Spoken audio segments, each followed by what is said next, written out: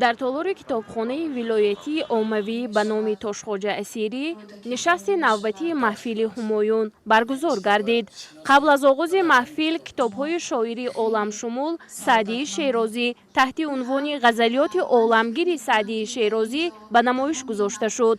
قابل ذکر است که در محفل اهل علم و ادب، صنعتکاران و نوازندگان، روزنامه‌نگاران و هواداران شعر و سخن اشتراک داشتند. ذکر شد که این نوبت محفل همایون به گرامیداشت سعدی شیرازی بخشیده شده است. از این رو در جریان محفل آزمون سعدی خوانی نیز گذرانیده شد. با قناعتمندی ابراز گردید که در تاجیکستان صاحب استقلال با توجه و غمخواری پیوسته پیشوای ملت محترم امام علی رحمان آزمون‌های جمهوریوی راه اندازی گردیده اهل جامعه رو به کتابخوانی و کتابدوستی آوردند. محفل همایون در سمت ترغیب ارزش‌های فرهنگی، بالا بردن معنویات جامعه و هوسمندی خرد و بزرگ به کتابخوانی و کتابداری را بیشتر می‌نماید. محفل همایون تا به امروز در منطقه‌های گوناگون مملکت و بیرون از آن تشکیل و برگزار گردیده هواداران زیاد را پیدا نموده است. همچنین در محفل همایون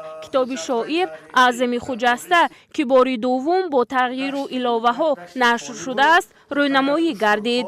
در رفت محفل هنرنمایی حافظان شیرین کلام به اشتراکداران روح و الهام تازه بخشید. مورد به ذکر است که محفل همایون با ابتکار شاعران خلقی تاجیکستان آذرخش و فرزانه با مقصد هوسمندگردانی، بیدار نمودن شوق و هوس نورسان و جوانان به ادبیات، رشد و صیقل دادن مهارت ایجادکاران جوان، تربیت نسل نورس در روحیه خودشناسی و خودآگاهی ملی، ترغیب خصلت‌های خوبی انسانی تشکیل کرده شده است. در فرجام به اشتراکداران محفل از جانب مجله پیام صبح کتاب‌ها تقدیم کرده شد.